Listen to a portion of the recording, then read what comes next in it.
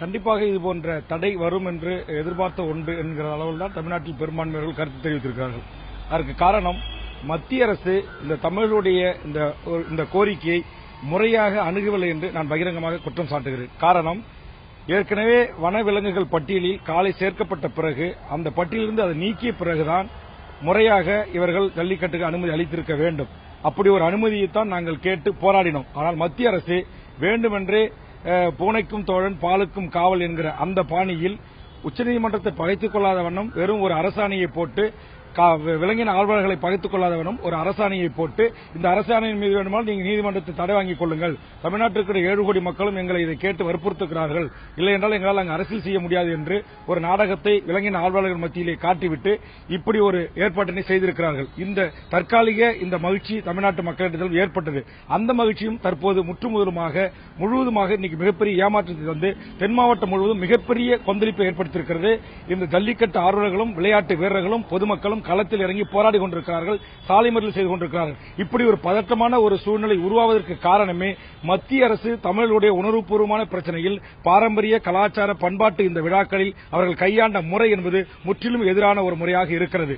எதை நாங்கள் கேட்டோமோ அதை மட்டும் தராமல் ஒரு அரசாணையின் மூலமாக ஜல்லிக்கட்டை விளையாட நாங்கள் அனுமதித்து விட்டோம் என்று எங்களையும் நம்ப வைத்து ஏமாற்றியிருக்கிறார்கள். இது ஒரு மோசடியான அரசாணை என்பது தற்போது உச்சநீதிமன்றத்தின் தீர்ப்பு மூலம் வெளியாகி இருக்கிறது. இன்றைக்கு 2 கொண்ட நீதிபதி தடை வைத்திருக்கிறார்கள். இனிமேல் 5 அல்லது 9 பேர் கொண்ட நீதிபதிக்கு சென்று அந்த இடைக்கால தடையை நீக்கிவிட்டு இந்த பொங்கல் விழாவில் இந்த ஜல்லிக்கட்டை நடத்துவது என்பது அவ்வளவு எளிதான காரியம் அல்ல.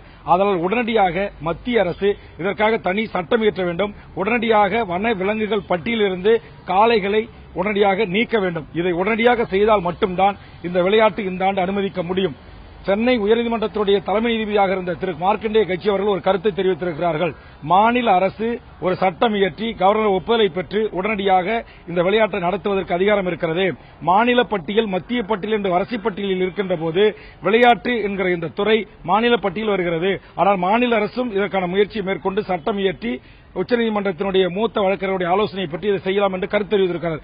அந்த கருத்தையும் மாண்புமிகு தமிழக முதலமைச்சர் புரட்சித் தலைவர் அம்மா அவர்கள் பரிசீலனை செய்ய வேண்டும். காரணம், ஒட்டுமொத்த தமிழ்நாடு இந்த பொங்கலை ஒரு மகிழ்ச்சியாக கொண்டாடி மகிழ தயாராகி கொண்டிருந்த வேளையில் எல்லா இடங்களிலும் அலங்காநல்லூரிலிருந்து தமிழ்நாட்டில் இருக்கிற மதுரை வாடியா எல்லா பகுதிகளிலும் இந்த விளையாட்டு வீரர்கள் தயாராகி கேலரிகள் அமைக்கப்பட்டு அதற்கான எல்லா பயிற்சிகளும் முடிக்கப்பட்டு விளையாட தருவாயில் இன்றைக்கு தடை என்பது ஏற்புடையதல்ல. உச்சநீதிமன்ற நீதிபதிகளுக்கும் எங்களை போன்றவர்கள் வேண்டுகோள் வைப்பது, எங்கள் தமிழ் 5000 ஆண்டுகள் முன்பாக ஏர்தழுதல் என்கிற தமிழுடைய பண்பாட்டு விழுமியங்களில் கல் தோன்றி முன் தோன்றா மூத்த குடி என்று சொல்லக்கூடிய தமிழுடைய மரபில் எங்கள் விவசாய நிலங்களில் எங்களோடு ஒட்டி உறவாடுகின்ற எங்களுடைய மாட்டை நாங்கள் துன்புறுத்த மாட்டோம், அதற்கு எந்தவிதம் இடைஞ்சல் கொடுக்க மாட்டோம், அதை எங்கள் வீட்டில் ஒரு பிள்ளையாகத்தான் நாங்கள் பாவிக்கிறோம் என்று எண்ணற்ற தமிழர்கள் கருத்து சொல்லியும் கூட மாடுபிடி வீரர்களுடைய கருத்தையும் கூட கலந்து ஆலோசிக்காமல் வெறும் விலங்கினல் ஆர்வலர்கள் என்று சொல்லுகின்ற கொடுத்த கருத்தை மட்டும் ஏற்றுக்கொண்டு தடை விதிப்பது எங்களுக்கு மகிழ்ச்சி அளிக்கவில்லை. இந்த பொங்கல் ஒட்டுமொத்த தமிழர்களுக்கு ஒரு கருப்பு பொங்கலாக அமைந்துவிடக் கூடாது, மகிழ்ச்சி பொங்கலாக மாற்ற வேண்டிய பொறுப்பு மத்திய அரசுக்கும் மாண்புமிகு தமிழக முதலமைச்சர் அம்மா அவர்களுக்கும் இருக்கு. நிச்சயம் இந்த தடைகளை உடைத்தெறிந்து இந்த தமிழுடைய ஆண்டாண்டு காலம் தொன்மையாக இருந்து வருகின்ற எங்கள் மரபுகளிலே ஊறி இருக்கிற இந்த விளையாட்டுக்கு ஒரு அனுமதியை பெற்றுத்தந்து விளையாட அனுமதிப்பார்கள் என்று